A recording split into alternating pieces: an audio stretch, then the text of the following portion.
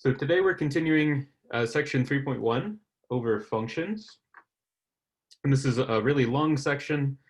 So this is actually continuing the second part of our notes.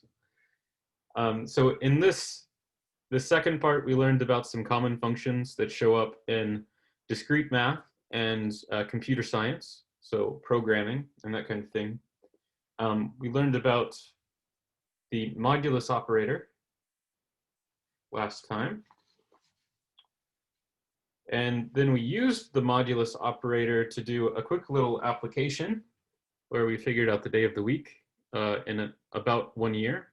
I guess if this is a leap year, it might be a little bit different, but most years will have this many days. And then we looked at another application, a more kind of computer science application with pseudo-random numbers. So this is a way to use the modulus operator to generate numbers that appear random, just a sequence of numbers that look random, because a computer can't do anything that's truly random because it just follows a series of instructions like a calculator. So I believe this is where we stopped last time. I showed you a little bit of code, a couple snippets of code that you could use to make your own pseudo-random number generator. And we're going to continue here today.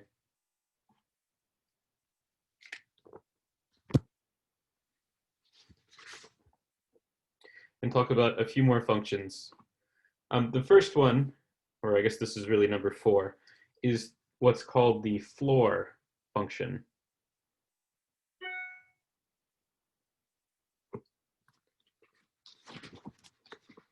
Excuse me while I find the right place in my notes.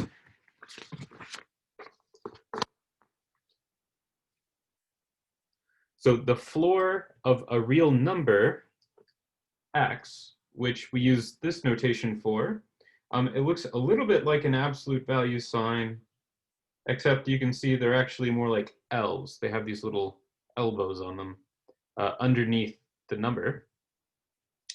And what the floor function gives you is the greatest integer less than the number x that you plugged in. So let's decipher that a little bit. What would the floor of 3.5 be? Anyone? The greatest integer less than 3.5.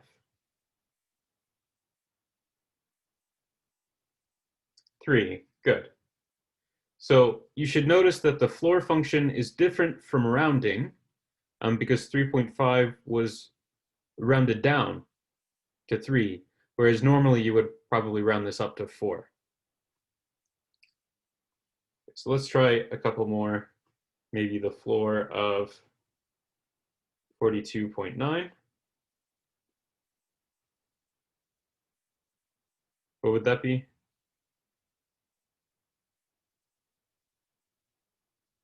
42. 42, good. What about the floor of a whole number, 10?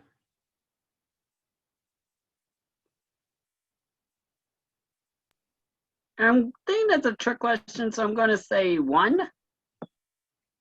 Not 1. No. No, we don't get rid of the 0. Okay, then 10. It's 10, right. So 10 is the greatest integer less than, I might see the confusion here. I did drop a word or two. Less than or equal to the number x. So 10 is equal to 10, and that's why I would say that's the floor. And let's go ahead and try a negative number too. Maybe minus, I don't know, 31.6.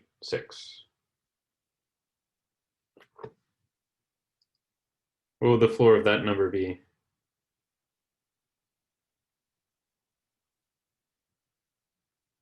Minus 32, good. So you have to be a little bit careful when you have negative numbers, because even though it looks like the number is getting bigger, it's actually going down. A bigger negative number is actually less. Any questions over the floor function?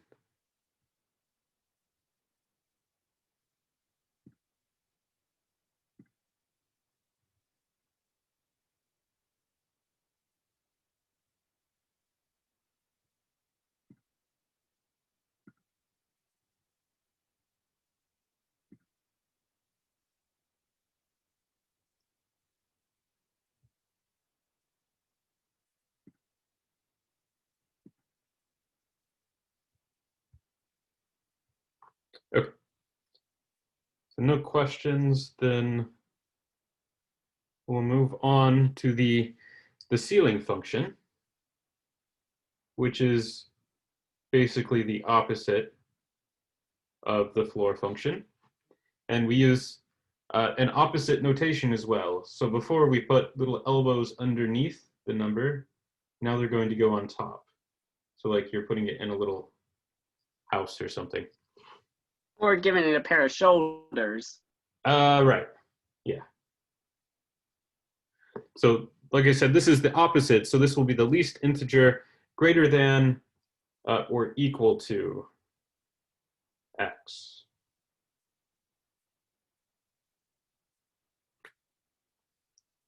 So what is the ceiling of 3.5?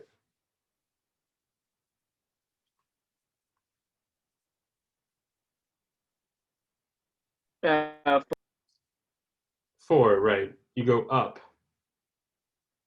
What about the ceiling of 42.9? Just using the same numbers. 43. 43, good. Let's do the ceiling for a whole number, 10. 11.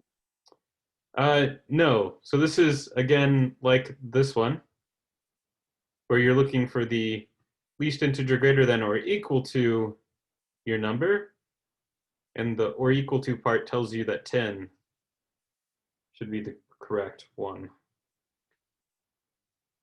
So the floor and the ceiling function don't do anything to whole numbers. Something to keep in mind. What about the ceiling of that negative number? 31. Good. So if I take the ceiling of 31.6, we go up to the nearest integer, which in this case is minus 31. Good. So are there any questions over these two functions?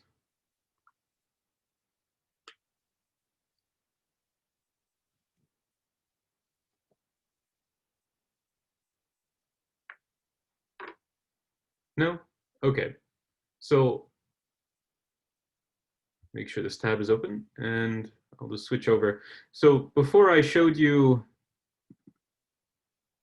an example, these are the two examples that we did last time, the modulus operator and the pseudo-random number generator, just to demonstrate that these are actually things that would show up in a programming language. And the floor and the ceiling function are the same. Most programming languages will have a floor and a ceiling function built in. Since I'm using Python, I have to import those functions from the math library, but then I can just use them. Oops, I don't need to type math.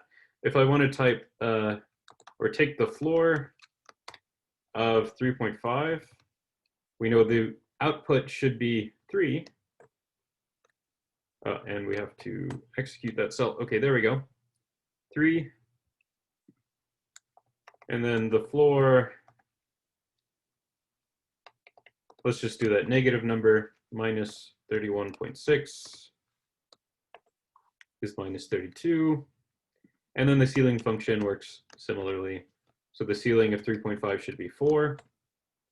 And the ceiling of minus 31.6 should be minus 31. Okay. So all of that matches up with what we did by hand. Just a quick demonstration of how you might, or where you might find that in programming.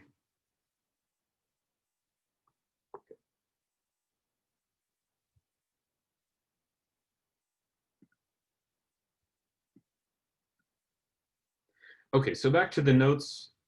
I do want to take a quick look at the graphs for these two functions because they're interesting in the sense that they're quite a bit different from the usual kinds of functions that you would graph in a math class, like lines and parabolas and that sort of thing. Okay, so let's make a graph for the floor function first. And then we'll do the ceiling function.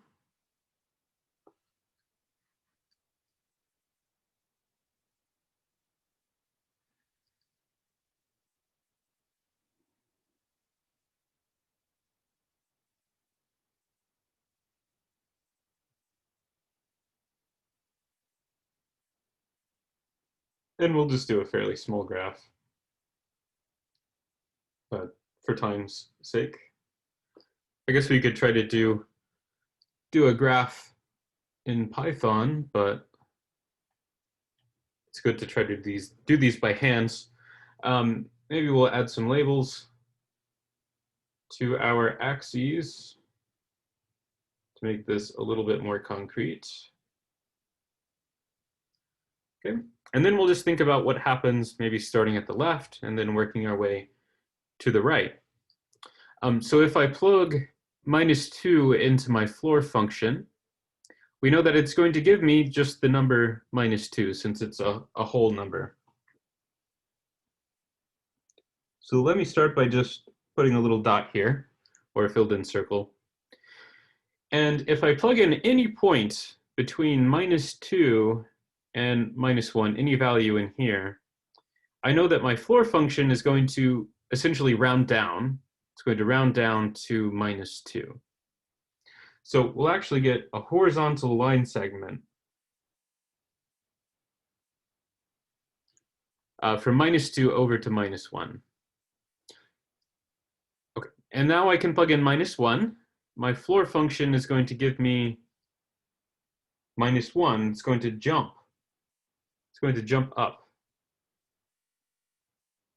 So it has this gap in it, and I can use an open circle to represent that this value isn't here, it's actually up here. And then maybe I'll just fill in the details. For the rest of the graph, if you put points in between -1 and 0 into the floor function, you'll always get -1. And then you'll find another jump up from 0, or at 0.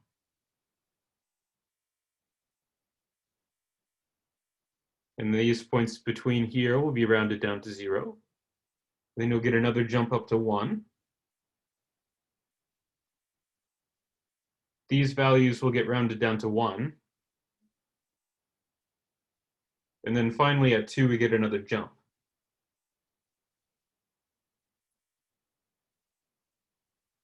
So you get this characteristic kind of stair step function.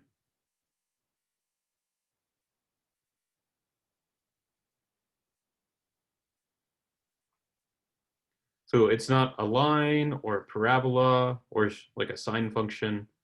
It has these jumps and gaps in it. So it's quite a bit different. And a lot of times, this is how functions in computer science and discrete math work. They have these weird, what we would call discontinuities, these spaces and gaps and that kind of thing. It's something that makes discrete math a little bit different from other areas of math.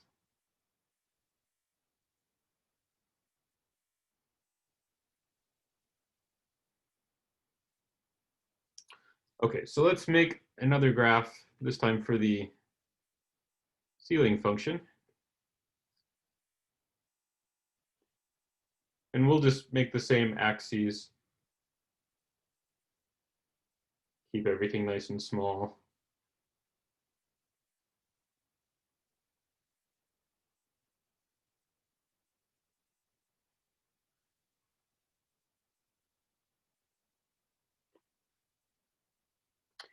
Okay, so again, let's think what would happen starting at the left if we plugged -2 into the ceiling function.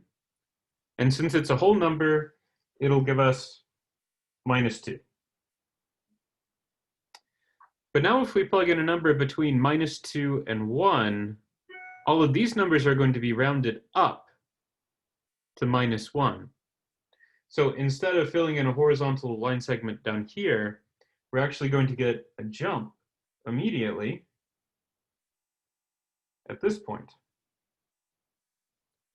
Okay. And then this pattern continues. If I plug in -1, we get -1. But then if I try to plug in any of these numbers, between -1 and 0, we get this jump up to the x-axis. And then we get another jump at 1.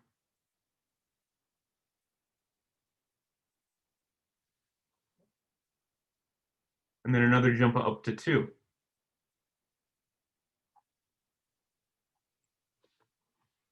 So again, we get this stair-step kind of shape like we did before, but our steps are in different places. They've been sort of shifted. And you can see the filled in circles are also in slightly different places. They're at the ends of the line segments instead of at the beginning, like they were over here. So are there any questions before we move on to the next idea?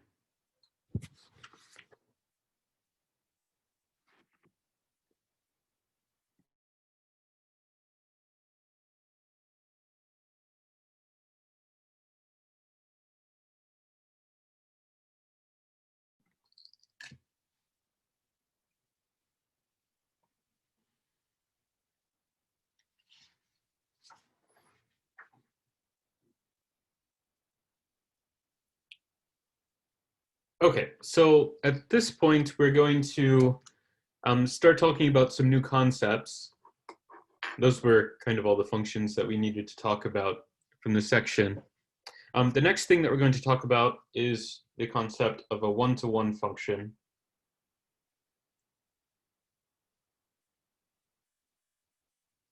And a function f from x to y, so remember this is the domain in codomain, is one-to-one if for all x1 and x2 in the domain x, if f of x1 is equal to f of x2, then the two values from the set x should be equal to each other.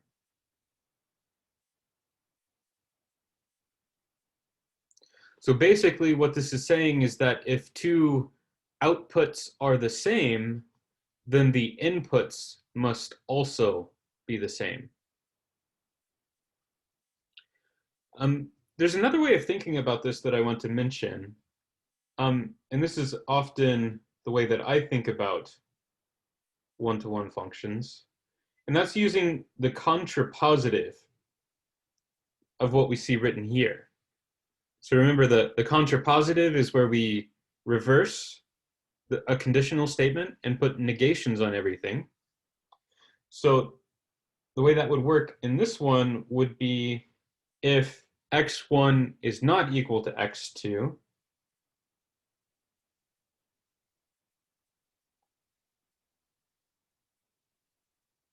then this would be false. So f of x1 is not equal to f of x2. So when we rewrite it around this way, using the contrapositive, we can see that if we have two different inputs, then there are two different outputs. So just a slightly different way of thinking about it that's sometimes a bit more convenient.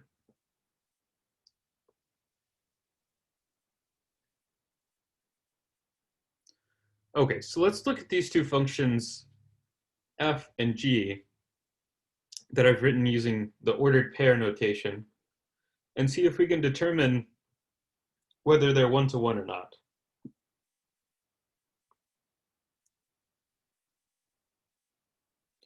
And in order to do that, we're going to make the arrow diagrams like we saw back at the beginning of the section. For this particular problem, my domain x is going to be the set with 1, 2, and 3.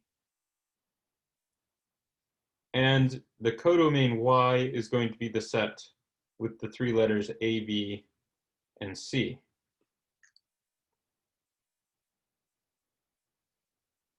So my arrow diagram, remember we draw a column for the domain,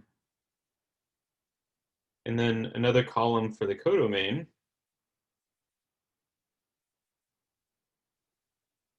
And then maybe label those X and Y. And then we'll draw arrows, one for each ordered pair, from the first element in X to the second element in Y.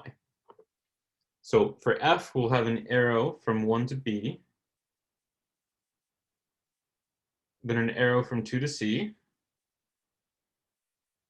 and then an arrow from 3 to A. Okay, maybe label that one F. And before we answer the question, let's go ahead and make the other arrow diagram for G.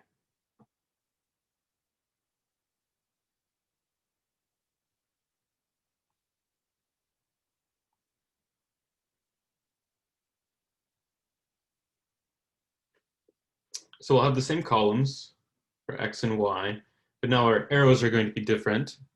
We'll have one from 1 to A, and an arrow from 2 to B, and then an arrow from 3 to C. Excuse me. 3 to A.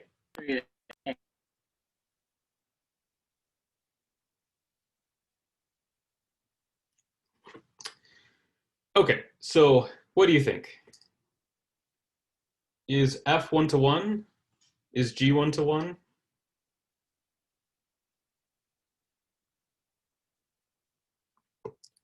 Remember, the definition is up here. So Victoria says no. So which one is not 1 to 1, or do you mean both? Both are not. G would not be 1 to 1, right, Professor? Right. Good. So this one is not 1 to 1.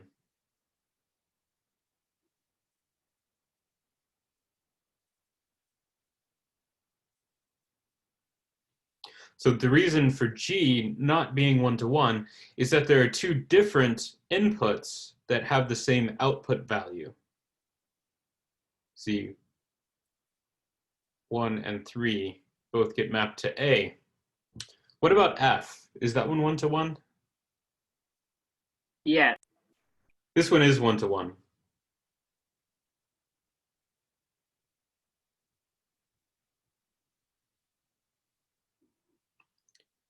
Right, if I have different input values, then I always have different output values. Good, and what you're looking for in the arrow diagram is this. Put a little note down here. A function is 1 to 1 if, maybe I'll write that before I continue. A function is 1 to 1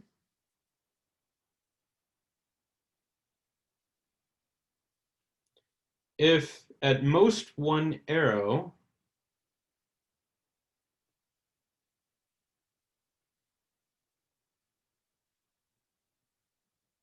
points to each element in Y.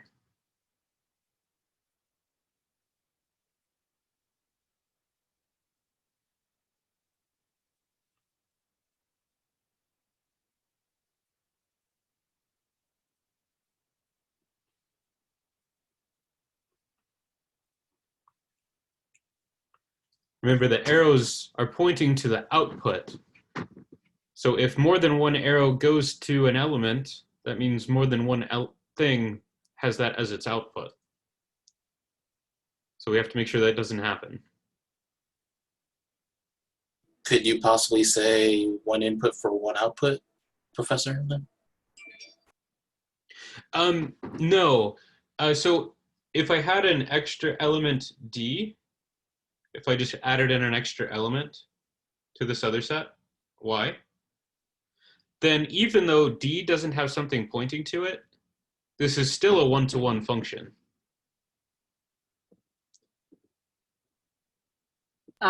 Professor, speaking of one-to-one, wouldn't it be simpler to write it as like the ratio one-to-one?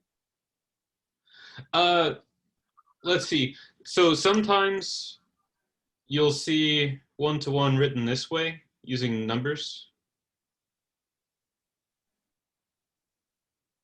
Yeah, that's not what I meant. I mean, like with the colon. Well, this is the way that you would write it if you wanted to do Oh. it with symbols. Often, instead of writing one-to-one, when you're writing about math, you'll use the word injective.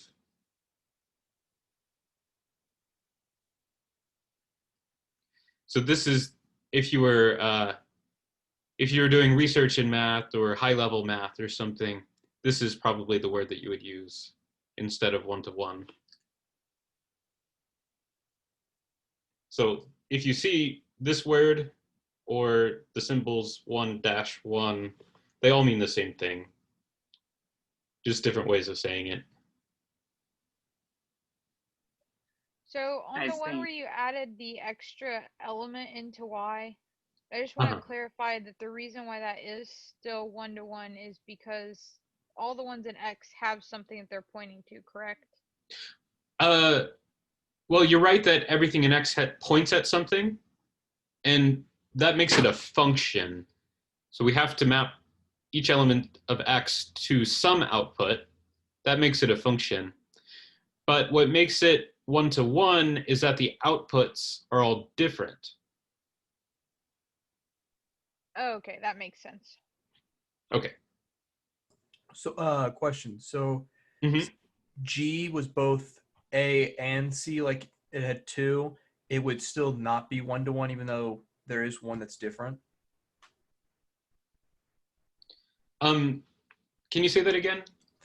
So, like on G3, you marked out it pointing to C or whatever. What if it was pointing to both C and A? Would that still not be one-to-one? At that point, it wouldn't be a function Yeah, okay. because Just wanted 3 to would double have check. 2 outputs. Need to double check. Okay. Yeah, good question.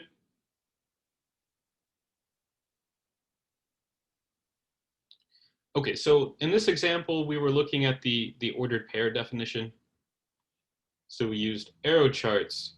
But most of the time, when you're dealing with functions, you're not going to be dealing with little tiny functions like f and g.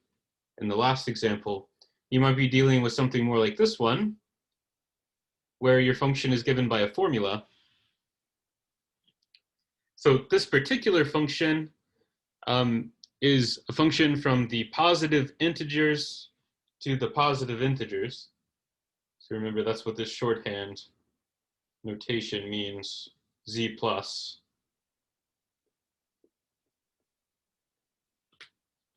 And if you plug a number in, it's going to output 2n plus 1. So the question is this function given by this formula a one-to-one function? So we have to figure out how to do that, how to show that it is or isn't. And we'll have to go back to the definition because there's actually a little tiny proof that we have to do. We have to show that this is a true statement for our function.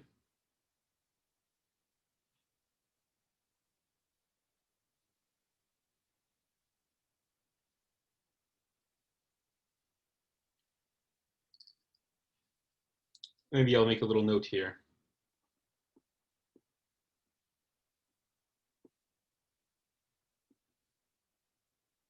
We actually have to prove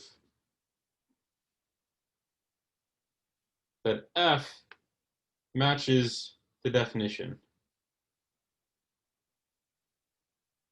if it's going to be one-to-one.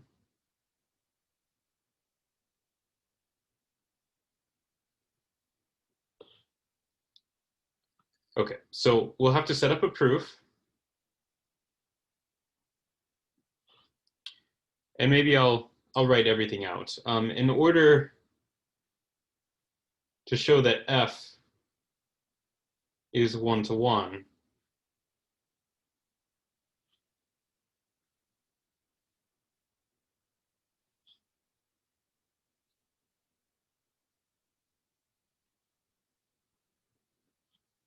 We must show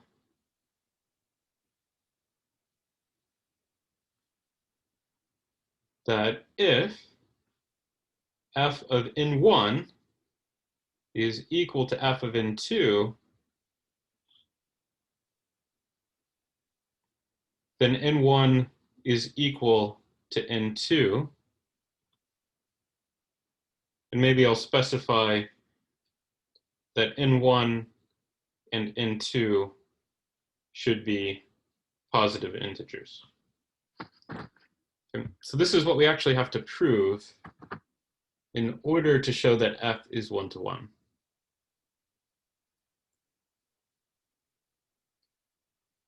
Maybe I'll come down to the next line since I'm starting with a new idea. So now I want to assume that the first part of our conditional statement here is true. That f of n1 is equal to f of n2. Now we need to work out what that means to see if we can use it to show that n1 is actually equal to n2. So we'll continue. If we actually plug in these two numbers, we'll get 2n, 2n1 plus 1 is equal to 2n2 plus 1. And we can manipulate this using a little bit of algebra now. And we can subtract 1 from both sides.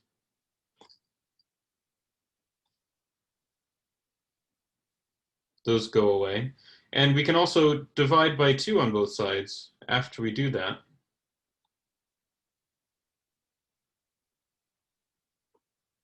And I'm going to run out of room here at the bottom of my paper. So I'll just draw a little arrow this way for the next step. So after doing a little bit of arithmetic or a little bit of algebra, we can see that n1 is actually equal to n2. And that's what we wanted, so we can stop.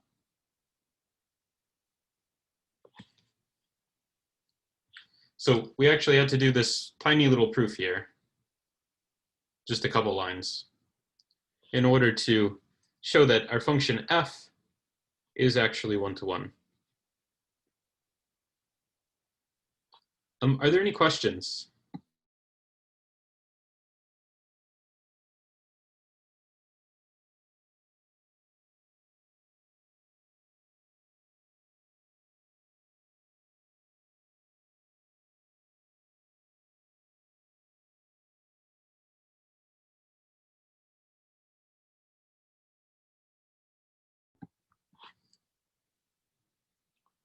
Okay, so if there aren't any questions, we'll move on to the next concept, which is called onto.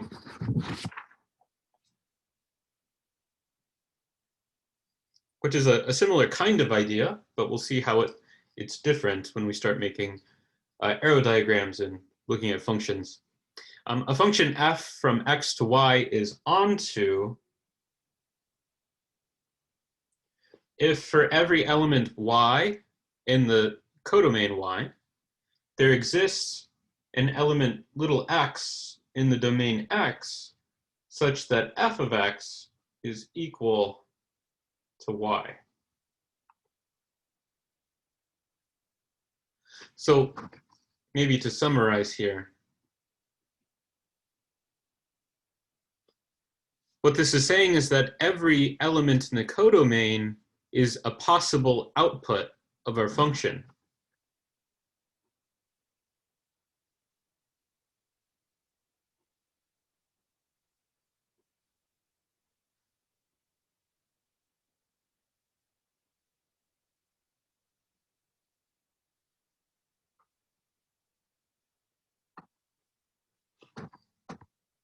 So I think this is a good way to think of onto functions. Another way of saying it is that the range is equal to the codomain, but that's a little bit more technical.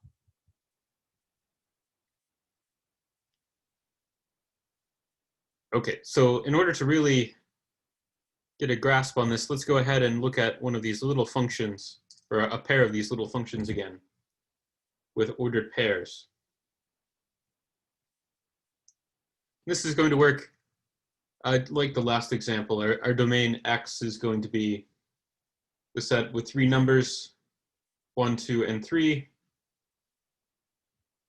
And the codomain Y will be the set with the first 3 letters A, B, and C.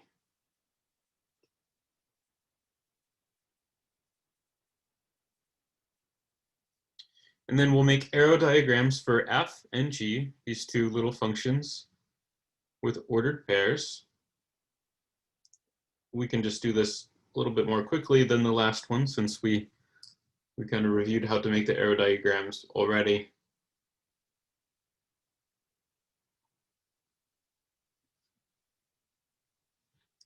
Okay, so we'll draw our arrows from 1 to A, 2 to C, and 3 to B. So that's F. Let's go over here and make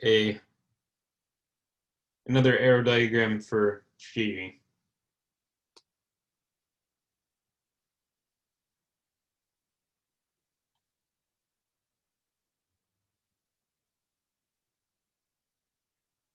So make your 2 columns for X and Y, and then draw your arrows from 1 to B,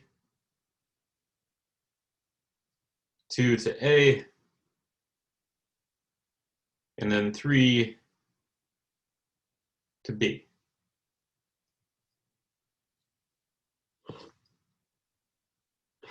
Okay, so is F a one-to-one function? Excuse me, is F an onto function? Yes. It is, good.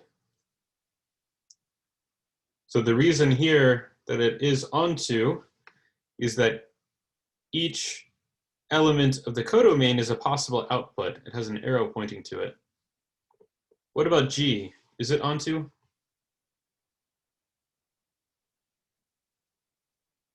No. No. So this one is not onto.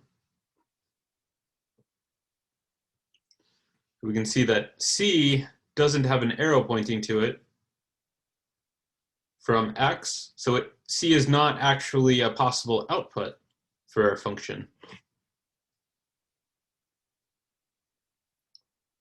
And let me just summarize what I was saying.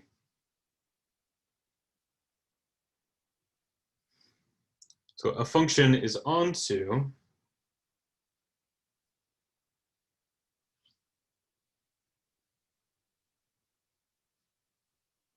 if each, well, let's face it this way. If there is an arrow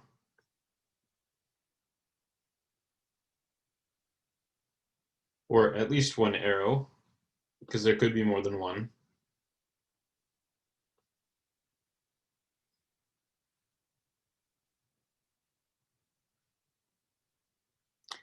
to each element of Y.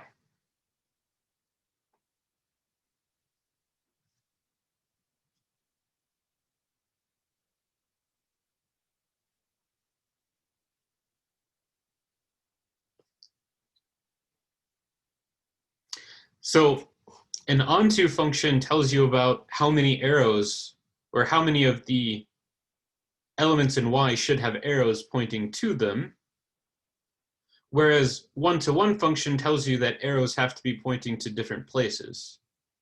So they both tell you about what the arrows should look like, but different things, different properties of the arrows. Are there any questions over this example before we look at another one?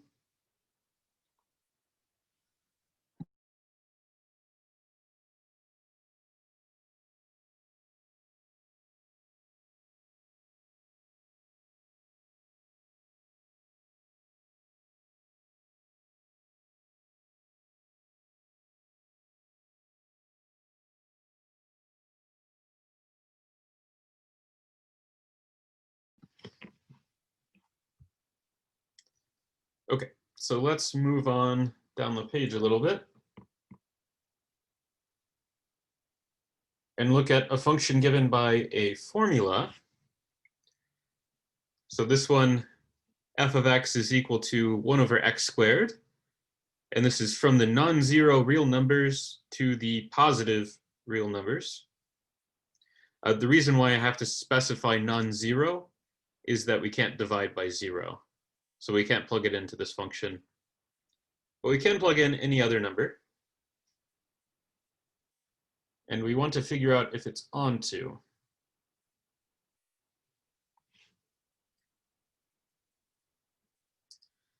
So again, this takes a little bit of a proof in order to actually show that it's onto.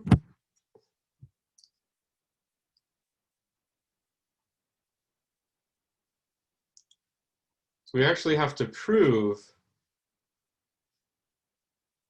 that each positive real number is a possible output.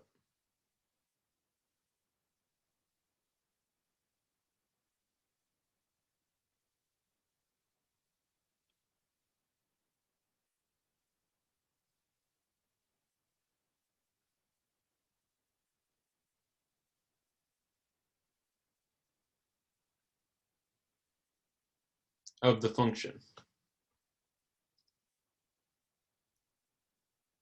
So let's set up that proof.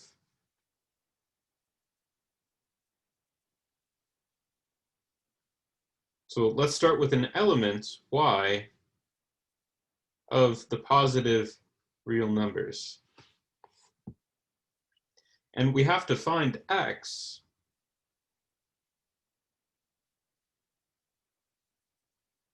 in the non-zero real numbers. So I could use a little bit of shorthand notation for that. X in R, and then minus the single element 0.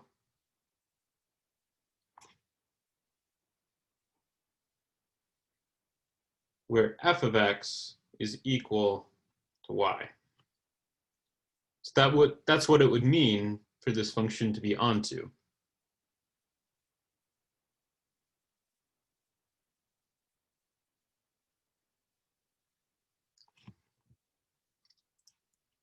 So in order to find, or even to, excuse me, in order to show that this is true, we actually have to solve this equation for x.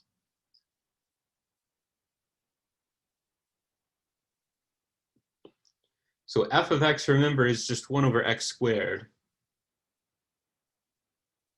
So we have to solve 1 over x squared is equal to y.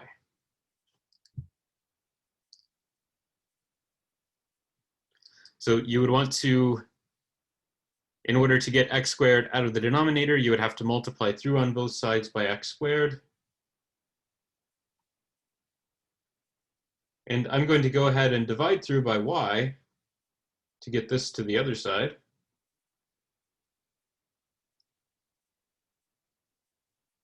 So over here, we would now have 1 over y, and on the right, we would have x squared. And now we need to get rid of that square by taking the square root of both sides, and then keeping in mind that we can have plus or minus a square root.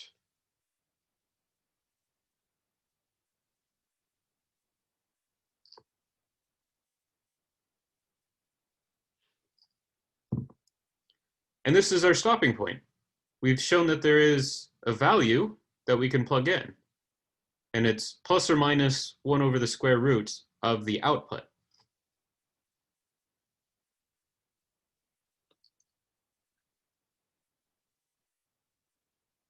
And if you wanted to check, you could actually plug this in.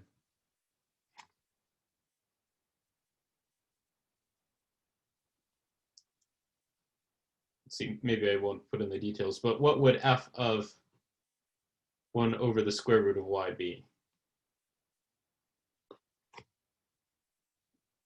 Just double check that it gives you the right output. Y. Any questions over at this example?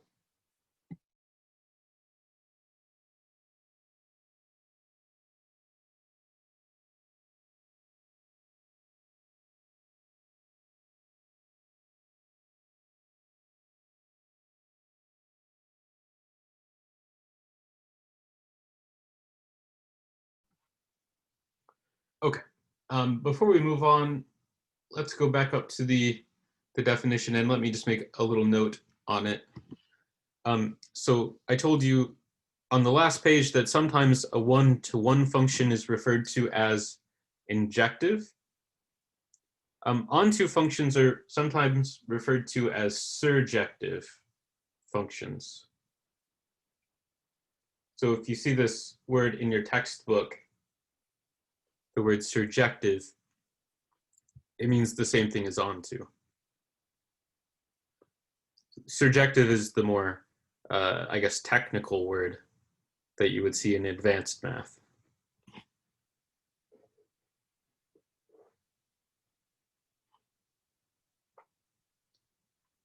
Okay.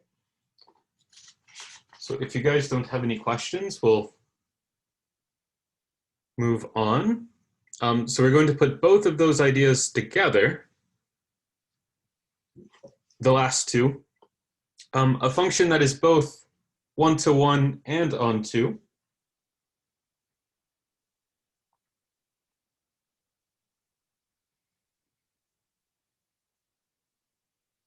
is called a bijection.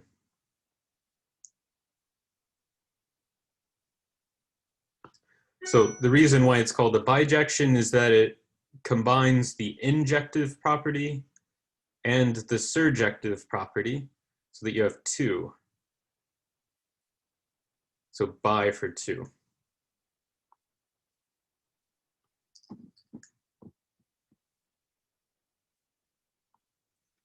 Okay, so bijections are important for this following reason. We're not going to get into the technical details of why this is true. I think your textbook probably does if you're curious. But the important property of a bijection is this. If f is one-to-one, is a one-to-one and onto function. So remember, these two combine together.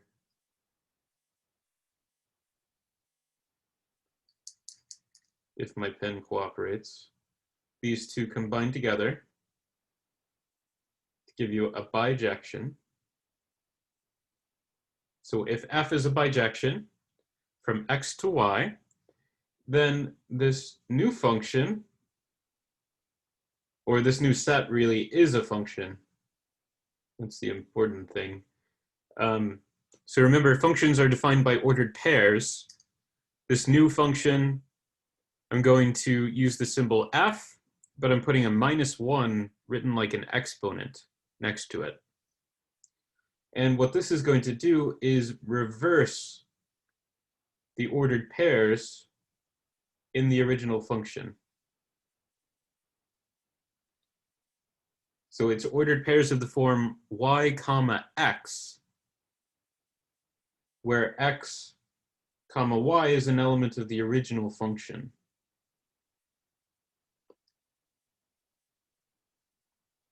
And you've probably seen this notation before, so you probably know what it's called. We call f with the little -1 the inverse of f. So normally you would say something like f inverse when you see this symbol. Before we look at any examples, though, we need to relate this idea of ordered pairs back to the more normal functional notation. And it works like this. If f of x is equal to y, so this is the original function. So if you put x into your function and your output is y, then f inverse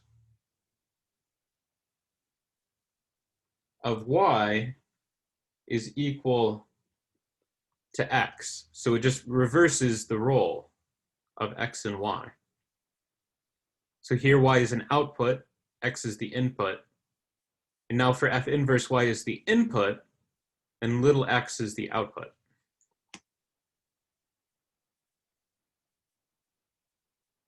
Any questions over that definition before we do the example?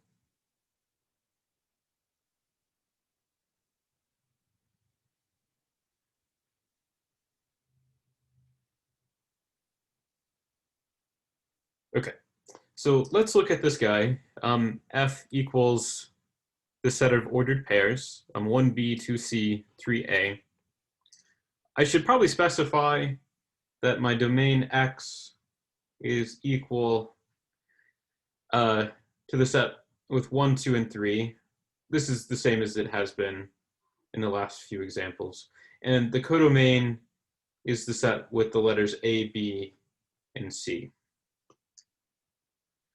Okay, so just double check, maybe mentally, that this function is actually one-to-one and onto.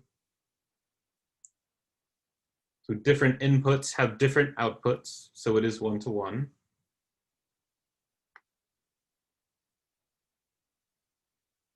And all of the elements of y, a, b, and c, appear as outputs, as the second coordinates. Okay, so that was just a quick check that it is one-to-one and onto, which means it's a bijection. And now, since we know that there's this new function, f inverse. And all we have to do is reverse the order in each of these ordered pairs. So the first ordered pair, 1b, in f inverse would become b comma 1. 2 comma c becomes c comma 2. And then 3 comma a becomes a comma 3. Make sense? Any questions?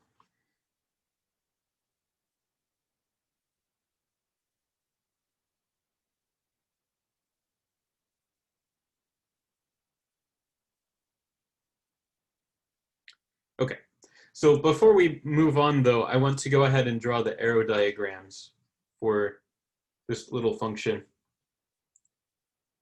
So we'll start with f. It means we'll make a column for x. And then the output will be from the set y, the codomain.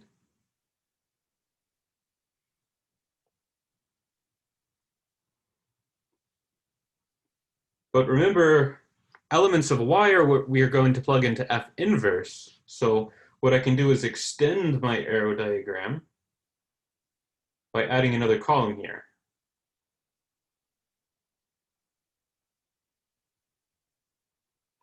So we'll have x appearing twice. And then going from x to y, we'll draw arrows for f. So that'll be from 1 to b, and then 2 to c, and then 3 to a.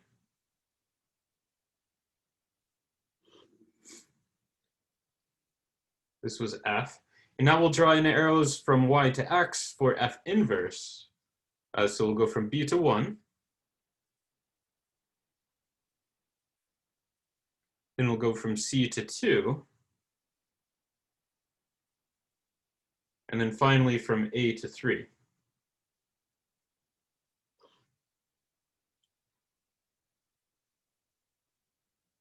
So you can see what happens with the arrows here. F inverse, the second function, sort of untangles what the original function f did.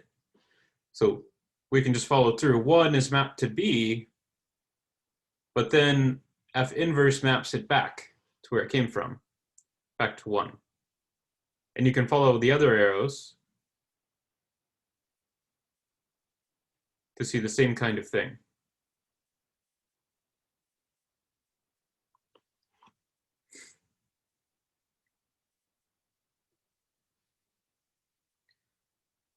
Okay, and then quickly here at the end of class, let's go ahead and talk about this next idea. And this is actually an example of what we're about to talk about. This is the composition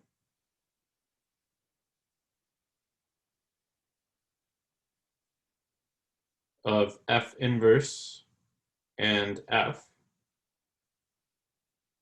And what composition means is that we're just putting the functions together. We're putting one function inside of the other function.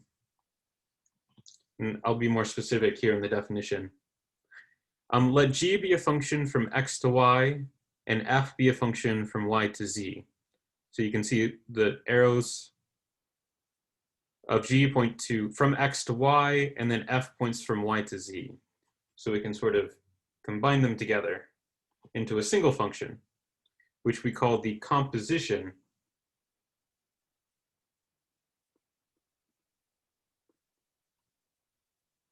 of f and g. And this gets a special notation. You put a little circle in between the two functions. And the way this works is that if you plug something into the composition, f of g, then what you'll first do is plug it into g. So you'll plug x into g, and that'll give you some sort of output. And then you'll plug that output into f.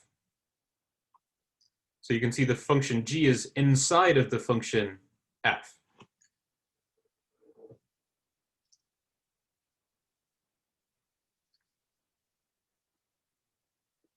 Maybe I'll make a little note here. We plug g into f.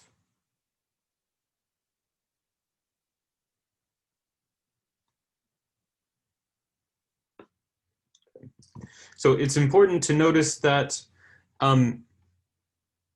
we're kind of going from right to left with functions. The input of f is on the right of the function, how we write it. So keep that in mind. Even though we normally think of going from right to left, this one actually goes from right. Excuse me, we normally go from left to right, like in this arrow diagram. But when we write compositions of functions, we go from right to left. So it's just this little quirk of our notation.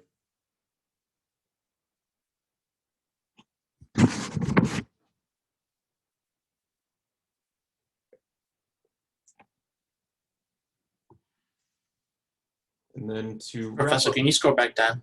I do Oh, yes. apologize.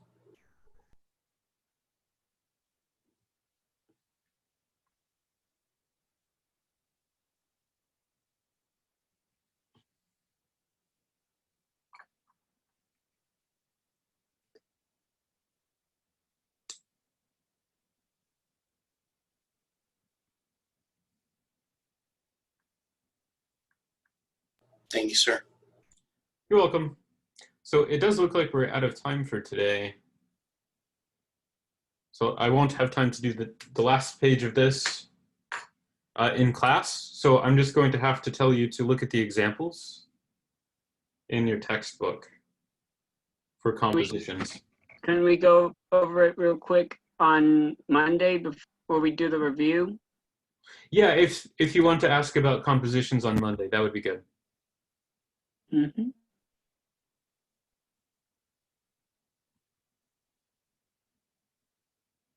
Okay, so the reason why I trust you guys to figure that out by looking at your textbook is that I'm pretty positive, 100% positive, that you've seen compositions in other math classes.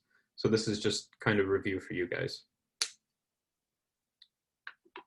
Okay, so let's stop there for today. I guess if you have some questions that you want to ask here at the end of class, you can stick around and ask them. Otherwise, I will see you guys on Monday next week, and we're going to review for the exam on Wednesday.